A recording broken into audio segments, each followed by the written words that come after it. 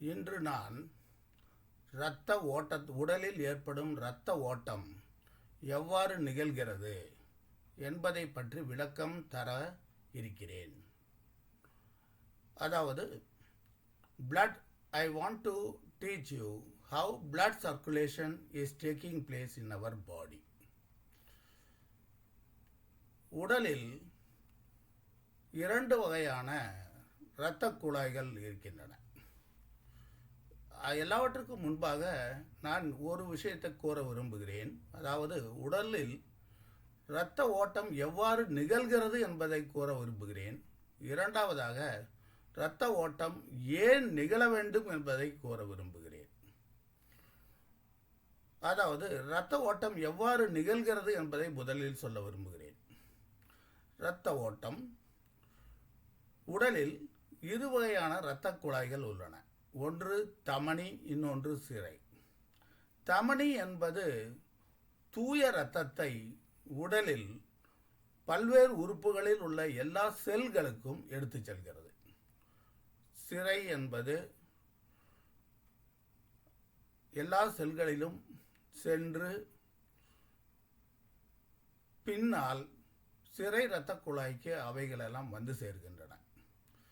தமனி இரத்த குழாய்கள் அவை உடல் உறுப்புகளில் உள்ளே ஆழத்திலே இருக்கும். அவைகள் மூளைக்கு செல்லும். உடல் உறுப்புகள் எல்லாவற்றுக்கும், உடல் உறுப்புகளின் எல்லா மூளைகளுக்கும் மூளை முடுக்குகள் எல்லாம் செல்லும். இந்த தமனி இரத்த குழாய்கள் மயிரிழை போன்று மென்மையாக சன்னமாக மூளைக்குள்ளேவும் உடல் உறுப்புகளின் உள்ளே செல்லும் போதும் இருக்கும்.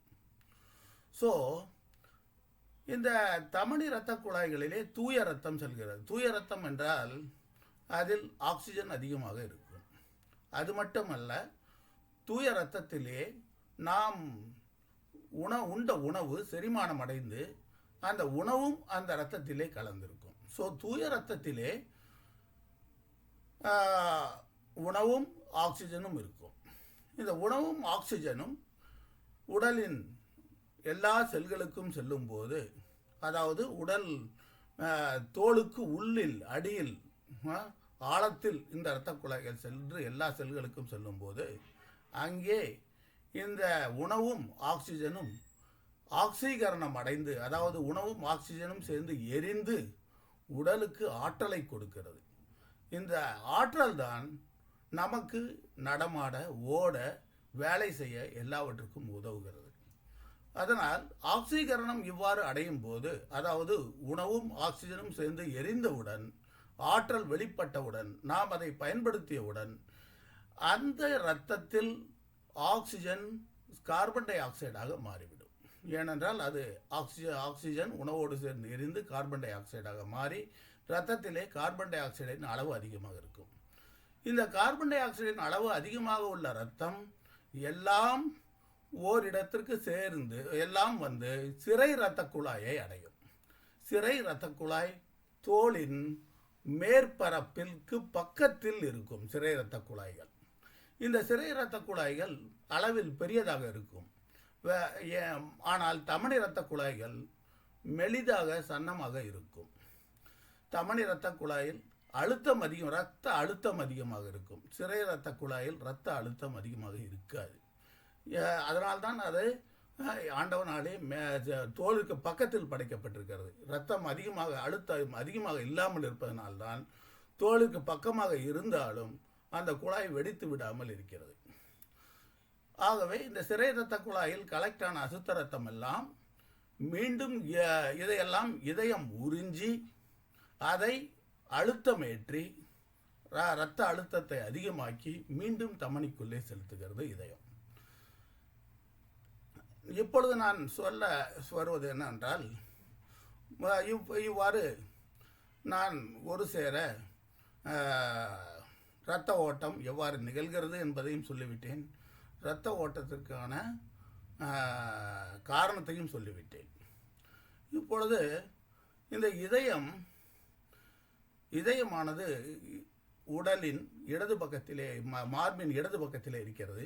இதில் இரண்டு பம்பு போன்ற அமைப்புகள் உள்ளன. பம்பு என்றால் மின்சார பம்பு. அதாவது வீட்டிலே எல்லாருக்கும் தெரியும், கார்ப்பரேஷன் வாட்டரோ ஆழ்குழாய் கிணற்றிலிருந்து தண்ணீர் இறைக்கவோ நாம் மின்சார பம்புகள் பயன்படுத்துகிறோம். அந்த மின்சார பம்பு போல இதயம் செயல்படுகிறது. இதயத்தினுள்ளே 2 பம்பு போன்ற அமைப்புகள் உள்ளன. ஒன்று சிறை இரத்த குழாயில் உள்ள அசுத்த இரத்தத்தை அது உறிஞ்சி அதை அழுத்தமேற்றி நுரையீரலுக்குள்ளே அனுப்புகிறது. நுரையீரலுடைய வேலை என்னவென்றால், அந்த அசுத்தமான இரத்தத்தை நுரையீரலுக்குள்ளே செல்லும் போது அந்த நுரையீரல் அங்கே கார்பன் டை ஆக்சைடை நாம் மூச்சு இழுக்கும் போது காற்று உள்ளே போகிறது. அந்த காற்றில் இருக்கின்ற ஆக்சிஜனை அந்த ரத்தம் உறிஞ்சி கொண்டு கார்பன் டை ஆக்சைடை நாம் வெளியே செல்லும் மூச்சு வழியாக தள்ளிவிடுகிறது. அதாவது மூச்சு நாம் வெளியே விடும்போது நுரையீரலிருந்து கார்பன் டை ஆக்சைடு வெளியே போகிறது. மூச்சு நாம் இழுக்கும் போது அதில் உள்ள காற்றில் உள்ள ஆக்சிஜனை அந்த நுரையீரலில் உள்ள ரத்தம் உறிஞ்சிக்கொள்கிறது. ஆகவே இதயத்திலிருந்து நுரையீரலுக்கு சென்ற ரத்தம் மறுபடியும் தூய இரத்தமாகி, அதாவது ஆக்சிஜன் அதிகமாக உள்ள இரத்தமாகி, அது எங்கே மீண்டும் இதயத்தில் உள்ள இன்னொரு பம்பு போன்ற அமைப்பிற்கு செல்கிறது. அந்த அமைப்பில் என்ன செய்கிறது என்றால், அந்த தூய இரத்தத்தை மீண்டும் அழுத்தமேற்றி உடலின் எல்லா பாகங்களுக்கும் செலுத்துகிறது. ஆகவே இதயம் 2 பம்பு போன்ற அமைப்புகளால் ஆனது. ஒன்று சிறை இரத்த குழாய்களில் உள்ள இரத்தத்தை உறிஞ்சி நுரையீரலுக்கு அனுப்புவது, அது ஒரு பம்பு. இன்னொரு பம்பு நுரையீரலுக்கு சென்ற இரத்தத்தை உறிஞ்சி உடலின் எல்லா பாகங்களுக்கும் அனுப்புவது. இவ்வாறு தான் உடலில் இரத்த ஓட்டம் நிகழ்கிறது. இதை நான் ஒரு ஓமையுடன் கூறுகிறேன். அதாவது தூய இரத்தம் என்றால் என்ன, அல்லது அசுத்த இரத்தம் என்றால் என்ன என்பதை ஒரு எளிமையான உதாரணத்துடன் விளக்குகிறேன். வீட்டில் எல்லாருக்கும் தெரியும், கார்ப்பரேஷன் பம்பு மின்சார பம்புகள் எல்லார் வீட்டிலும் பொதுவாக இருக்கும். அது கார்ப்பரேஷன் வாட்டரோ இல்லை ஆழ்குழாய் கிணற்றில் உள்ள தண்ணீரை ஓவர் ஹெட் டேங்க்கு, அதாவது மேல்நிலை நீர்த்தேக்க தொட்டிக்கு ஏற்றுகிறோம். பம்பின் மூலமாக ஏற்றுகிறோம். மேல்நிலை தேக்கத்திற்கு தொட்டிக்கு சென்ற தண்ணீர், அதாவது 4வது மாடியில் இருக்கிறதாக வைத்துக்கொள்வோம். 4வது மாடியில் இருக்கின்ற தண்ணீர் அங்கே இருந்து தரைத்தளத்தில் உள்ள பைப்புகளை நீங்கள் திறந்தீர்கள் என்றால் அங்கே தண்ணீர் வேகமாக வெளியேறும் பைப்பிலிருந்து. அதாவது தரைத்தளத்தில் தண்ணீரோட அழுத்தம் அதிகமாக இருக்கும். 1வது மாடியில் அதைவிட அழுத்தம் குறைவாக இருக்கும். 2வது மாடியில் அழுத்தம் அதைவிட குறைவாக இருக்கும். 3வது மாடியில் அதைவிட குறைவாக இருக்கும். அதாவது நான் சொல்ல வருவது என்னவென்றால், தரைத்தளத்தில் உள்ள பைப்பை திறந்தால் நீர் வேகமாக பீச்செடுத்து வெளியேறும். 1வது மாடியில் கொஞ்சம் மெதுவாக தண்ணீர் பைப்பை திறந்தால் வெளியே செல்லும். 2வது மாடியில் இன்னமும் மெதுவாக செல்லும். 3வது மாடியில் இன்னமும் மெதுவாக வெளியே வரும். ரைட். அதனால்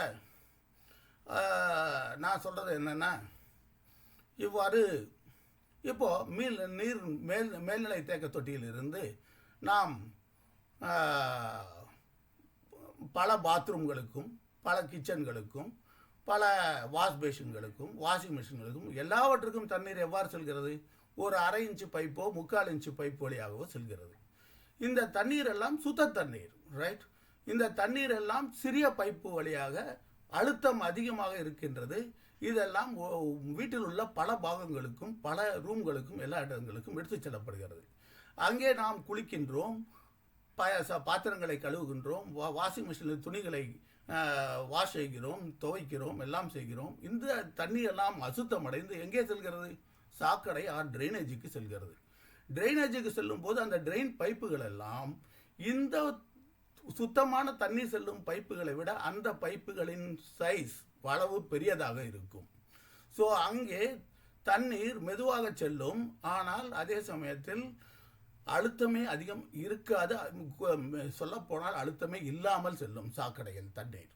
ஆனால் சுத்தமாக தண்ணீர் உள்ளே வரும்போது சிறிய பைப்புகளில் வரும். அவையெல்லாம் அழுத்தத்துடன் வரும். இங்கே தமனியில் செல்லும் சுத்த ரத்தம் என்பதை நாம் ஒப்பிட்டு பார்க்கையில் சுத்தமான தண்ணீர் சுத்த ரத்தத்துடன் ஒப்பிடலாம்.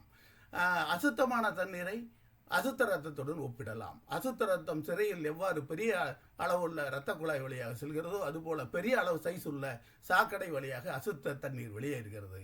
சுத்த ரத்தம் எவ்வாறு சிறிய அளவுள்ள இரத்த குழாய்கள் வழியாக போகிறதோ அவ்வாறு சிறிய பைப்புகள் வழியாக தூய்மையாக சுத்த தண்ணீர் வருகிறது. அதனால் சிறை குழாய்களை சாக்கடைகளுடன் ஒப்பிடலாம். சுத்தமான இரத்தத்தை சுத்தமான தண்ணீர் செல்லும் சிறிய பாத்ரூம் எல்லாவற்றுக்கும் உள்ளே செல்லும் தண்ணீர் செல்லும் பைப்புகளுடன் ஒப்பிடலாம். இத்துடன் எல்லாருக்கும் நான் நினைக்கிறேன் உங்களுக்கு இரத்த ஓட்டம் எவ்வாறு நிகழ்கிறது என்பதை எளிமையாக விளக்கியிருப்பேன் என்று நினைக்கிறேன். ஆனால் இரத்த ஓட்டம் எவ்வாறு நிகழ்கிறது என்பதையும் கூறிவிட்டேன். இரத்த ஓட்டம் ஏன் நிகழ வேண்டும் என்றால், ஆற்றல் வெளிப்பட வேண்டும் என்றால் இரத்த ஓட்டம் இருந்தால்தான் ஆக்சிஜனை செல்களுக்கெல்லாம் எடுத்து செல்ல முடியும். ஆக்சிஜனை உணவையும் அது அவ்வாறு எடுத்து சென்றால்தான் செல்களிலே அது ஆற்றலாக மாறும். அதனால்தான் நாம் நடமாட முடியும், ஓட முடியும், வேலைகளை செய்ய முடியும். பின்னால் இறுதியாக எவ்வாறு அசுத்த ரத்தம் சுத்த ரத்தமாக மாறுகிறது நுரையீரல் வழியாக என்பதையும் கூறிவிட்டேன். இத்துடன் இந்த வகுப்பு முடிந்தது. நன்றி, வணக்கம்.